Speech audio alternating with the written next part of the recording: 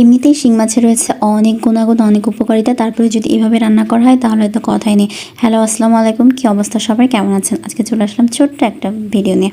এই যে আমি শিঙি মাছটা একটু ভুনে নিচ্ছিলাম। আর এই শিং মাছ বা জিল মাছটা আজকে কী দিয়ে রান্না করব জানেন? আজকে রান্না করব সিমের বিচি।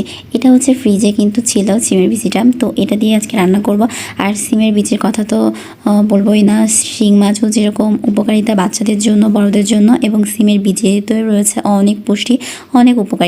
তো এভাবে যদি বাচ্চাদেরকে রান্না করে দেওয়া হয় তো এর গুণাগুণ তো আছে, আর বাচ্চারা অনেক মজা করে খাবে। তো এই মাছ তো এত বেশি জাল দেওয়া যাবে না, এই জন্য আমি প্রথমে একটু ভুনে নিয়েছিলাম, আর তারপরে তুলে রেখে বিচিটা ভালো করে সিদ্ধ করে নিয়েছিলাম, আর একটা আলু দিয়েছিলাম। তো ওইগুলো কষানো হয়ে গেলে পানি দিয়ে দিয়েছি, ঝোলের পানি, এবং উতলাই গেলে মাছগুলো দিয়ে দিয়েছি। আর এই যে দেখেন প্রায় অর্ধেক রান্না হয়ে গেছে। তারপরে আমি কিছু ধনের পাতা দিয়ে দিয়েছি। মাছের ঝোল বা যে কোনো তরকারিতে এখন কিন্তু ধনের পাতা দিলে অনেক মজা লাগে, কারণ এখন ধনের পাতার সময়।